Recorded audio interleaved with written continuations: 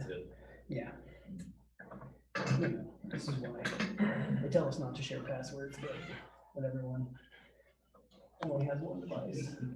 Trying to share becomes an issue, especially if you don't have the right password.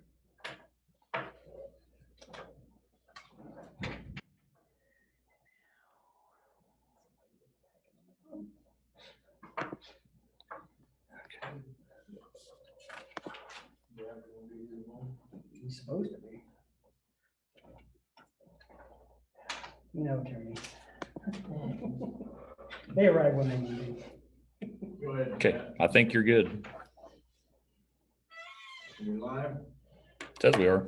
Good evening and welcome to tonight's council meeting. I'd like to call the council meeting to order.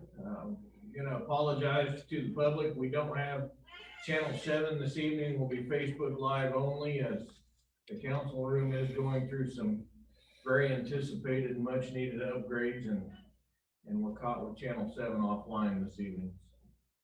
First thing I'm going to ask for is, are there any agenda changes? Mr. Mayor, staff have no changes to present this evening. Okay. Second item, I'll ask for the approval of the consent agenda. Mr. Mayor, if there's no further discussion on all regarding the consent agenda, I'd make a motion to approve the consent agenda for November 9th of 2020 as presented. Second. We've got a motion and a second to approve the consent agenda. Ethan, do you want to review those motions this evening? No, you can go ahead and proceed. I'll try to talk loud. All in favor, say aye.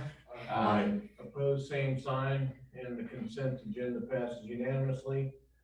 Next, we'll move on to public forum. Is there anybody here wishing to address the council this evening?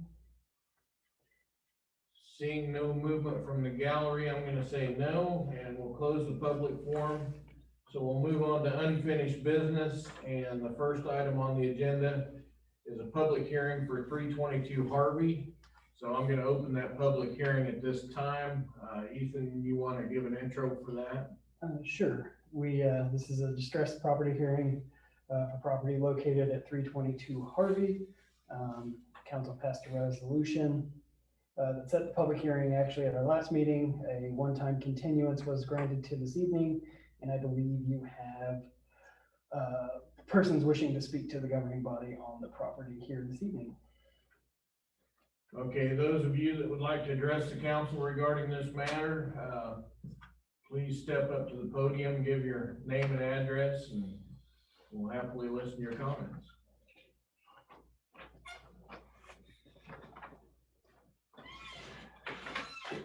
Mr. Mayor, Council, thank you for tuning and the extension from the last meeting. My name is Donnie Stebbins. I am the current owner of the property at 322 Harvey. I apologize for how the property is. I have been in contact with several yard people that will be talking with me next week about going in and cleaning the yard up.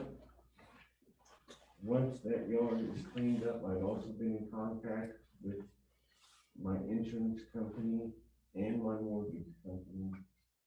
The insurance company advises me when the yard is cleaned up to get with things, and at that time, we will set up a meeting where I will be with them and they will look at the house and advise me of what repairs that they can do with my insurance. After that, I would be contacting you folks or Ethan and advising you as to when the repairs will start and go from there. I'm willing to take any questions at this time. There is some repairs I will admit that need to be done. I have fixed the utility line that runs from the alley to the house. Evergy did come in and fix that. I have the date that was fixed, if you folks would like that. Yeah, you had mentioned that the insurance company was gonna advise you as to what items that they will cover through an adjustment through a claim. Are there other issues or matters with the home that also need to be taken care of that aren't covered by insurance? And if so, what do you expect to do about those? The ones that will not be covered, I will be looking for a contractor, somebody that can fix them and see what they would charge me and work with them and let you folks know. Well, Donnie, one thing that bothers me a little bit, you've been notified on this property numerous times over the last 5 years. You were notified of the action being taken here probably over 45 days ago, Yes, sir. and at this point, still nothing has been done. I understand that, sir. I think I lack a little bit of confidence in you going forward in a timely manner. And when you talk about an insurance company looking at your property, I just kind of wonder what is really insurable that would be covered that, I mean, what I see there is just total disintegration of a property. Have you, surely by now you've gotten an estimate on what the cost of repair would be, have you not? No, I have not, because I'm, like I said, waiting on the insurance as far as to see what they would fix and then, Your mortgage company has been involved with you Yeah. on that house. yes, they have. What is their position? Their position was for me to notify my insurance and discuss it with my insurance and to keep them appraised as to what is going on from there. I talked to my insurance last week. Thought that I have, let's say the insurance makes, grants a claim and you take care of those items, but then you've got these other pending issues that they come in, the value comes in, the scope of the work comes in, it's like, whoa, we can't afford to do this. But you've already had the insurance company put money into the house. That's a concern that I would have. So I would imagine probably you have a contractor come and give you a list of what needs to be taken care of before the insurance company starts investing money in it also. But you haven't done any of that to this point. No, because I've just been in contact with my insurance. I just don't have the confidence that you're gonna go forward and complete the work that needs to be done, and you have some really unhappy neighbors around you that we have to appease them too. I understand, and I am attempting to go forward with the repairs. I can promise you that. So let me ask you this question from my standpoint, right, I'll just cut to the chase. If this property, if you've been notified of this property for several years now, why is it taking this long and this action that we're having to take to get something done with this? Because I'm looking at these pictures once again, and you look at this and there is severe public health and safety issues that need to be addressed just from the outside. And the mold on the inside. And the inside too, yeah. Do you have representation from your mortgage company? This evening, I'm representing First Mortgage, yes. Okay, if I might ask, you've seen the property, you've taken a lot of pictures, I believe you took the pictures. I've seen the report, I personally took those pictures. Okay, you've seen the pictures. Is that something that you're going to financially cover the cost of the repairs? My client's not willing to commit to that at this point. My job right now is to monitor the situation, see if there's going to be any kind of special assessment or lien placed against the property and avoid that. So at this point, my client's comfortable deferring Mr. Stebbins to take the steps he needs to make, but I'll obviously share your concerns based on my understanding of the history of the property here. There's been kind of a lag in responsiveness to the issues the property is presented. At this point, my client, loan's not in default. There are certain rights that have not been triggered yet for my client to be able to take, some kind of remediation of these issues. So So you have the mortgage on the property now? that's right. That's right. I think I can speak for the council when I say we need to see a comprehensive plan with a timeline to see when these items are gonna be addressed. And it would seem to me that you've had some time to put something together. You came before us tonight basically with nothing. So how much time do you feel you need to put that comprehensive plan together to bring back to the council? Would 30 days be sufficient? You need to ask the council because they're the ones that are gonna have to make the decision. Would 30 days be sufficient for me to bring comprehensive plan to you folks? Well, you've had 45, and you've done nothing. I would say minimum next council meeting. Which would be. 2 weeks. 23rd of November would be the next council meeting. We can't continue this, right? It's got to be fixed, it's gotta be repaired. I understand. At this point, you know, Brad, from a legal standpoint, where do we sit? Well, you're the fact finder in this particular case under Kansas law. What you've done is institute a distressed property proceeding, the determination that you look at in terms of how you proceed. I mean, you have a fairly broad latitude. The threshold determination that's usually made is if it's going to be more than 50% of the value of the property after minimum repairs are made to bring it to that standard, then you have a presumptive case that it's something you may wish to have raised because of the cost. That doesn't mean you have to do that.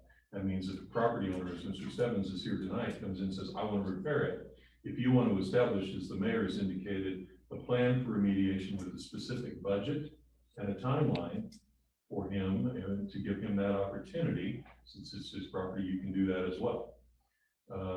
So that's really kind of where we are at the moment. Normally what I recommend is giving the property owner at least the opportunity to come up with all of that. And I don't disagree. It's really been going on a long time. So you have that to weigh against it. But at least if the plan can be presented, a budget is prepared with some indication with confidence that he can raise those funds. It's one thing to put it together and to say it costs me $1 million, but I make minimum wage. That may be difficult. But if he can put that all together and give you some assurance that he's going to do that, then irrespective of what the value to cost of repairs are, you have the right, certainly, and he can ask you to go ahead and give him the opportunity to do that. I've had instances over the years with many of these where, I don't know, it's a family home where it has some type of sentimental value, and even though it's going to cost a great deal more than it's worth when they get done, people have committed to that and they've actually gone through it. Others haven't. So it's a matter of weighing the realistic aspect of it as to what they should be done. Before we weigh in on any decision on this matter, is there anybody else here tonight that wants to address this issue?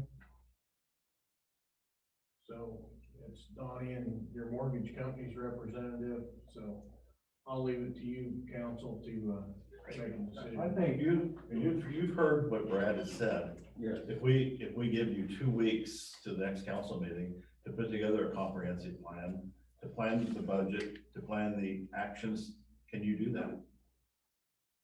Yes. Well, planning that budget is going to require that you talk to a contractor between now and our next council meeting and have them give you a list of things that need to be taken care of and a cost. That's part of that. I don't think you'll get that done in 2 weeks. I'm just letting them know what we're Yeah, I know, expecting. I know. Contractors are busy right now, and I will make a very conscious effort to get it done. we can't go conscious effort, it has to be done. Yeah. And I tell you what, I don't like seeing it going on, but I know how the contractor market is right now, and they're really busy.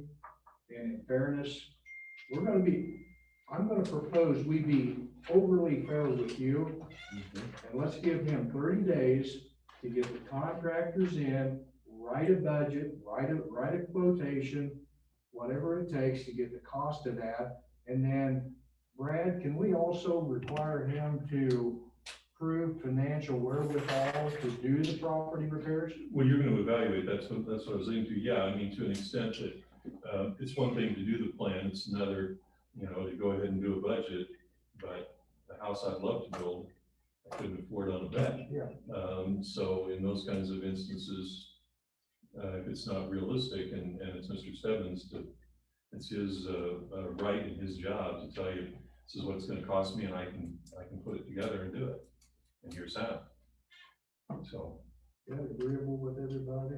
That's Maybe it. 30 days, but I mean, that's it. That 30-day window, it's not gonna be exactly 30 to that council meeting. Do you have that date, Ethan? December 14th would be the first council meeting in, December. So, So it'll be more than 30 days. and I think that's fine, but when you come back to us, we need to see a plan, we need to see that timeline. And if we can't stick to that timeline, we're going to lose our patience, let's just be real, it's gonna be that way. And personally, with the properties I've seen sold around Halstead, rental properties and so forth, and the condition that property's in, I don't think you could sell the lot and the house the way it is for over maybe $6,000-7,000. Just from the pictures alone, it looks condemnable. Yeah, I mean, it's, with the mold and the hole in the ceiling. so 30 days, get a presentation back to us. Does that require a motion? It will, to continue the hearing to that date with those specific requirements to be produced. With that being said, I'll make a motion to extend the hearing to December 14th. And expect to hear back from Mr. Stebbins, the plan, the cost estimates, and timeline for completing. And proof of financial. Assurance of performance. The finance, may I ask a question? Sure. The financial deal, what is that, how, just, what is it? We need to know that you can afford to Yeah, do what you exactly. say you're gonna do. Okay, Exactly. Okay, that makes, the house has got to be brought up to the minimum code standards, period. That's the key. I would say the timeline of repair following your presentation back to us probably shouldn't exceed 60 days beyond that date to have that house brought back up to standards. Has to have a contractor lined up to move forward.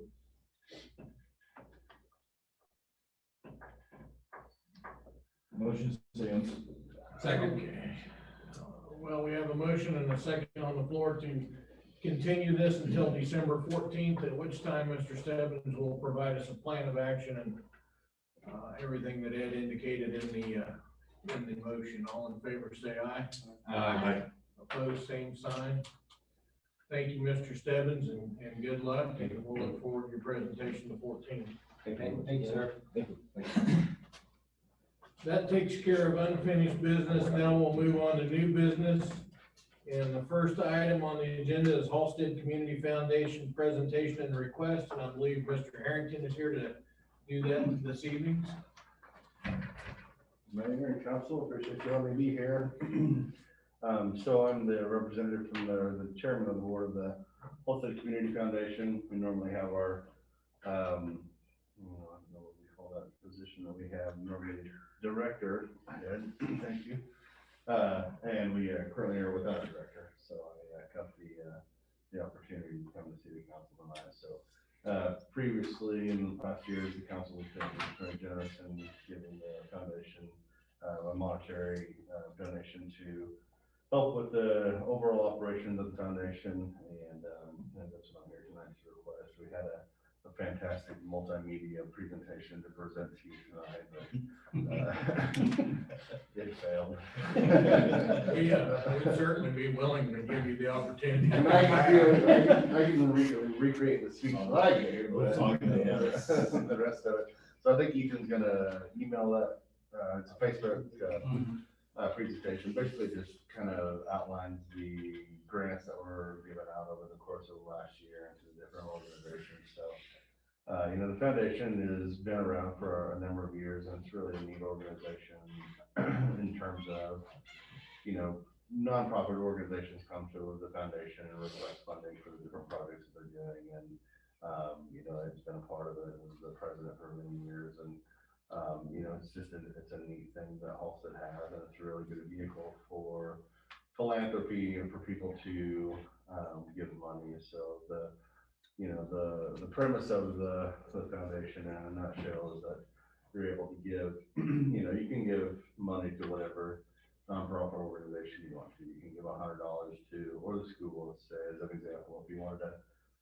give $100 to the debate team, you can do that. You know, it's the same tax benefit that you would have with the foundation, but the purpose of the foundation is you give $100 to the foundation, and then that branches out into a number of different organizations. And then also what we try to do with the investments that money goes into is that your $100 never goes away, you know, so if we're able to, you know, make that money grow and give it out in incremental amounts, then, you know, we hope that donation that somebody gives continues on, never goes, and is spread out through, you know, all the different organizations. So the Facebook video that you'll see is probably 13 different organizations and somewhere in the neighborhood of $12,000 to $13,000 that was given out this year to different nonprofit organizations for the things that they're doing in town. So,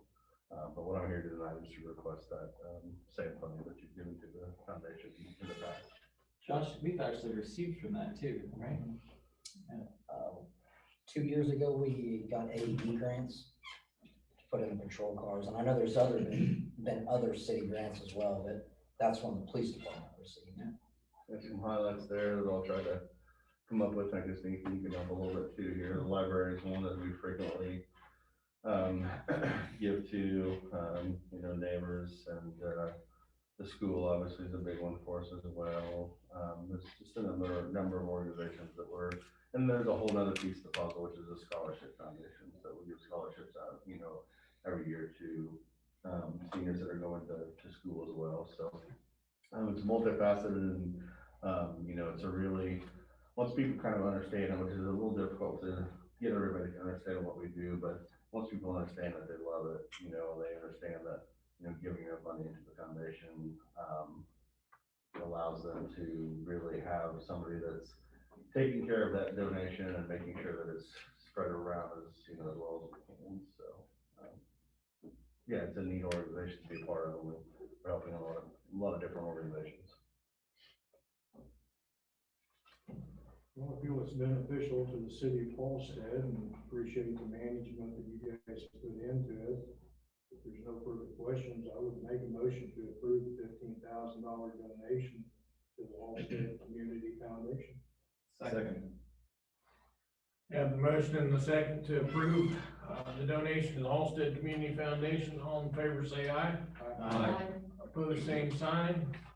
That motion carries unanimously, and Thanks, Corey. Thank you. Do We're appreciate proud it to very have much. them as part of this community. I think it's a heck of a good program. Yeah, we appreciate your support. It's not a foundation, there's a lot of foundations in a lot of different communities, and they don't have this type of support that the city provides in all of those. And so it's almost an exception to the rule that a city supports a foundation like you guys do. So we do appreciate it. Keep up the good work. We'll keep supporting you. Thank you, Corey. Next item on our agenda is consideration of health insurance renewal. I would imagine Ethan will give us an intro to that. Next is consideration of land purchase. Oh, I missed that one, didn't I? Well, we'll back up. Item 2 is consideration of land purchase contract. Yep. I'm multitasking up here. I haven't. Sam.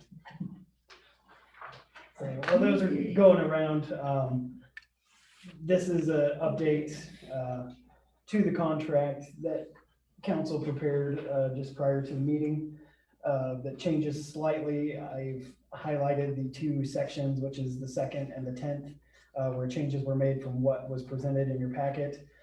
We had some references to some outdated documents that were not going to be included with the contract anymore. So that change just basically makes those sections say the same thing they did without the references to the exhibits that were not part of this contract. So this is a contract for the purchase of real estate by the city of Halstead from Roger and Sheila Powers.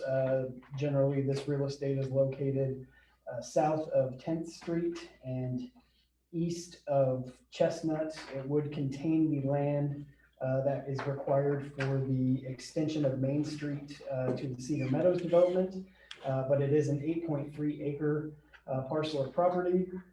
The extension of Main Street is something this council and the community at large identified in the strategic plan as wanting to be done as far as a city project.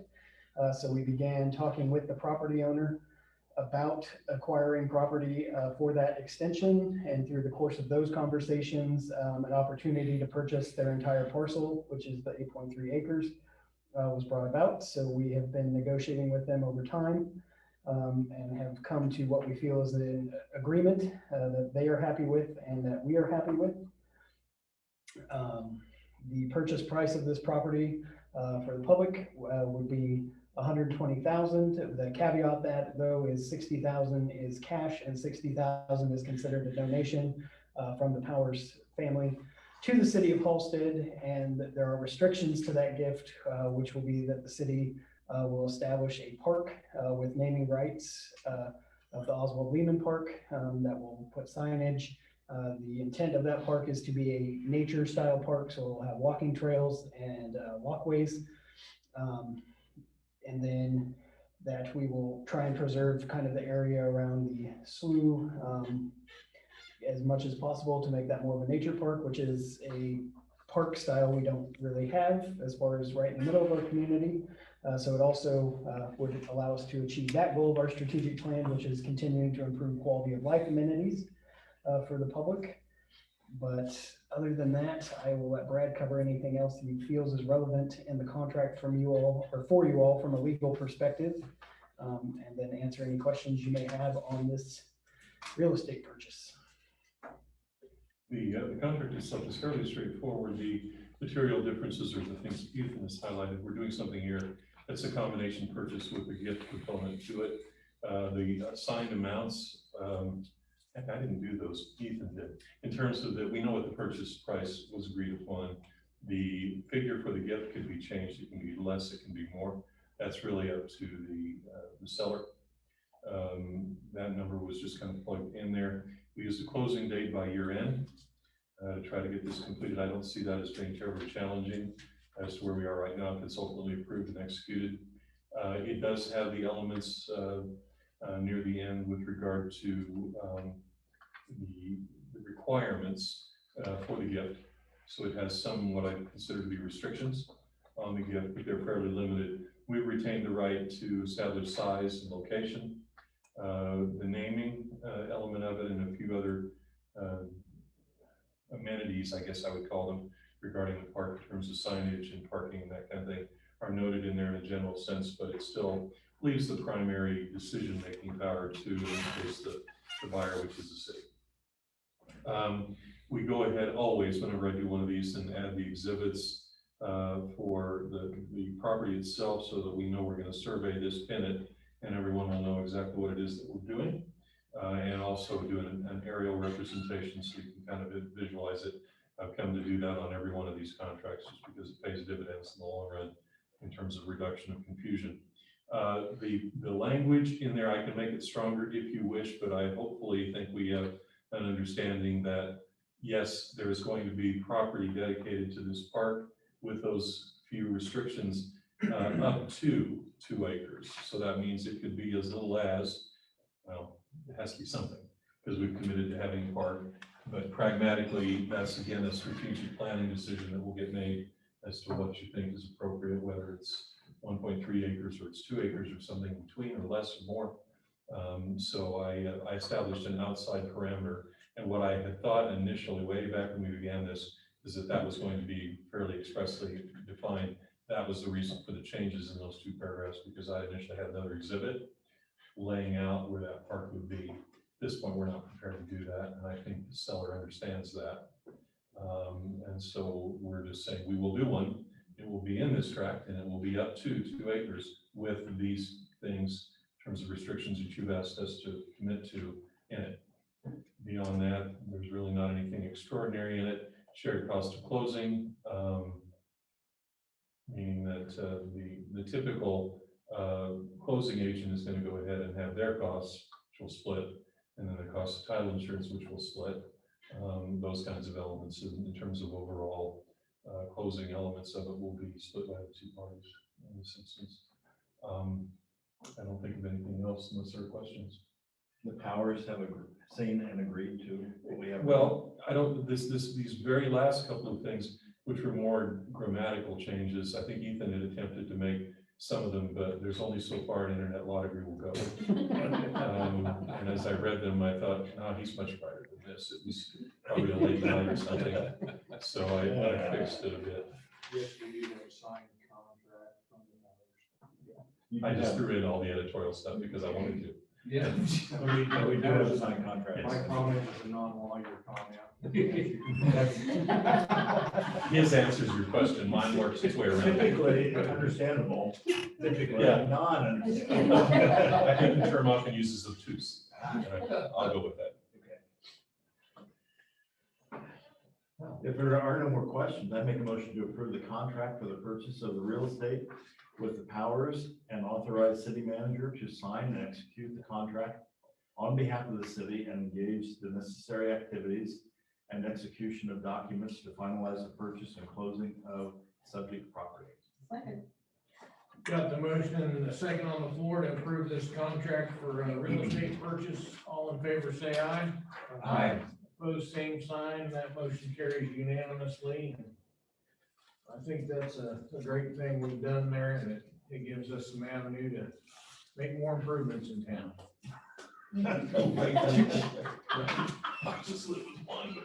Well, now we will move on to the consideration of health insurance renewal. Thank you, Mr. Mayor. Council, in your packet, you have the multiple options that we looked at. I'll introduce Mr. Wise. Mike Wise is our insurance consultant with Wise and Associates. He assisted me greatly in this process as far as contacting, going through. Obviously, we can get in the weeds really quick when it comes to a healthcare plan and kind of the minute differences that might exist between them. We looked at both plan design as far as self-level and fully insured, as well as you can see multiple companies, including some that didn't provide quotes to get a good comparison and try and get as apples to apples as you can with any health plan. After reviewing all this and also taking into consideration that the city has a health reimbursement arrangement that we currently utilize with our current plan, we feel that sticking with our current plan and the current HRA setup is still the best utilization or the best purchase for our employees as far as a benefit, which sticks with your guys' communicated goal of keeping our benefits at a level that is both encourages employees to stay with us, but also entices new ones. I can say we've brought 4 employees over from larger agencies because of the quality of our healthcare plan and just the split and the HRA arrangement. And they did take from those larger agencies, pay cuts to be with the city of Halstead. So this is should not be discounted of how much of this can be used as a recruitment tool. I asked Mike to be here in case you all had any questions. Obviously, we would have had hundreds of pages if we provided you the plan details for everything. So the plan detail that's in there is what we currently have and would be asking for you to re-up. I know you're all dying to know the increase that was shown is about 10% basically from our premiums in the previous year. We are on a plan that's age banded. So part of our increase is always just as we have workers turn a year older, you pay more for insurance than you did the previous year. So that's why everything's talked in estimates as well, because as staff members change, obviously our premiums can decrease or increase depending on the age of that person, how many family members they're bringing onto the plan accordingly. So the numbers there were provided with our most up-to-date roster and what they quoted to us on the renewal. So then you have both the estimated monthly and then what that means for a yearly cost to the city, which I didn't break out.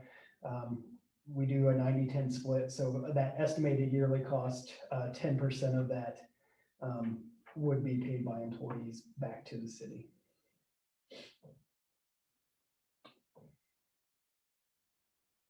There's a lot of information there, Ethan, thank you for putting it out there. There's no other discussion or questions. I would make a motion to approve the renewal of current health insurance and dental insurance plans with Blue Cross Blue Shield of Kansas and authorize for staff to sign necessary documentation for the renewal and continuation of the city's health reimbursement arrangement plan. Second. Got the motion and the second to approve our health insurance renewal. All in favor, say aye. Aye. Opposed, same sign. That motion carries unanimously. Mike, thank you very You're much. welcome. Thanks for being here just in I case. thought I was gonna get to talk for an hour. Well, you're not a lawyer. No, I know. He does sell insurance. Yeah, I do sell it. I made him talk for an hour, I promise. I'd like to make one comment. I appreciate knowing from Ethan that 4 employees considered changing employment and working for the city of Halstead on account of our insurance coverage. I think that's important. Absolutely. Absolutely. One of the comments I would make is that part of the problem or the hard part for municipalities to go to market is the fact that municipalities are non-ERISA groups. So what happens is that the competitiveness in the small group market, anything under 50 lives, is in level funded. But most of the carriers won't quote level funded to non-ERISA groups because of the liability requirements. And so that's why we had Aetna and Humana decide not to quote, and United Healthcare would only quote fully insured. And so that's a big part of what's happening right now in the marketplace. So that was the reason for just about $100,000 difference between United Healthcare and Blue Cross Blue Shield, right? Right, because United Healthcare, Aetna, Humana, those guys will not, I mean, their competitive market right now is in level funded, which is self-funded insurance. And they won't quote, it's just like United Healthcare. I called them and I said, hey, I need this quote. And they said, we're not gonna quote it because we can't do level funded. And I said, well, give me fully insured. And they said, really? And I said, yeah. And they said, yeah, we'll send it to you. And that's why. Well, I appreciate your help on that. You're welcome. Thanks, Mike. You bet. We'll move on our agenda. Next item is we've got an executive session scheduled, so I'll entertain the motion for that at this time. Mr. Mayor, I make a motion that city council will recess into executive session for 25 minutes to discuss performance of the city of Halstead employee and maintain privacy rights pursuant to matters of non-elected personnel, exception KSA 75-4319B1, to include governing body, city manager, city attorney. Open meeting to resume in city council chamber at 8 p.m. Now, the first part of that, Ethan, we were gonna spend 10 minutes just the governing body, correct? You can invite us in whenever you're ready. Okay. I'll entertain a second for that motion then. Second. Got the motion and the second to move into executive session. All in favor, say aye. Aye. Opposed, same sign. We are in executive session. Council will move down to the little meeting room. So now, can we have myself? There's a camera on Facebook Live. Get a lot of questions about that. Is it? Just mostly recording. And it's on an actual hold. Yeah. I paused. Oh, is it?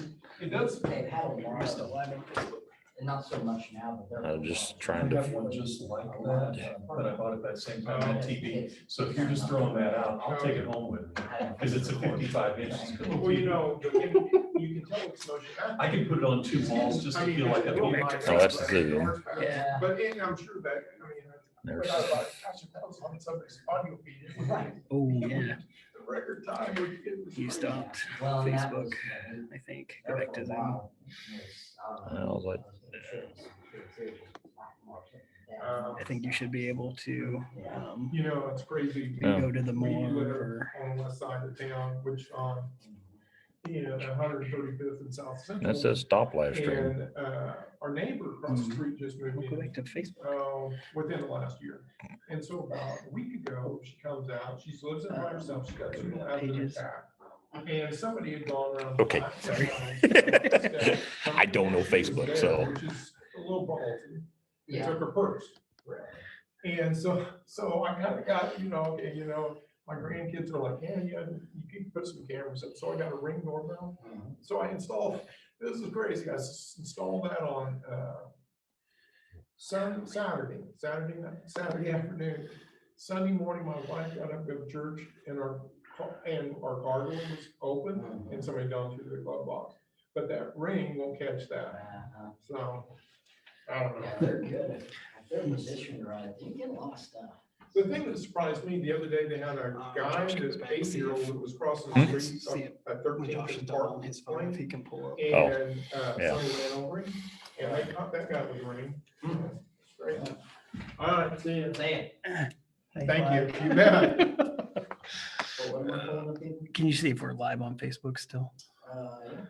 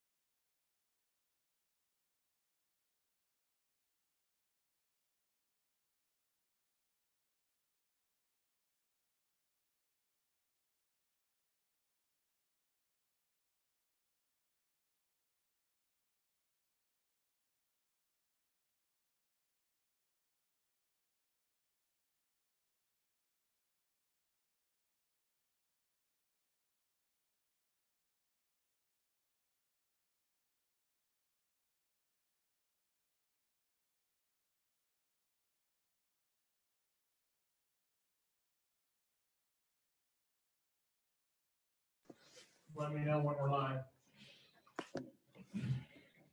Good.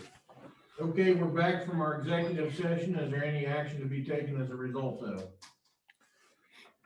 Seeing no movement from the council, we'll move on to reports, and we'll start with the governing body. And tonight I'm gonna start with you, Denise. I've got nothing. Mr. Farmer. Oh, give me 30 minutes, Okay, we'll come back to you. no, I'm good. Mr. Wallace. I'm good. Mr. Torres. No, sir. Mr. Campbell. I have nothing, sir.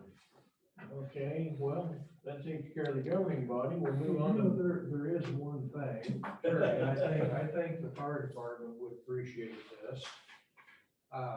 When citizens take leaves and grass clippings to the landfill, there is a concrete bunker that is set there to receive leaves.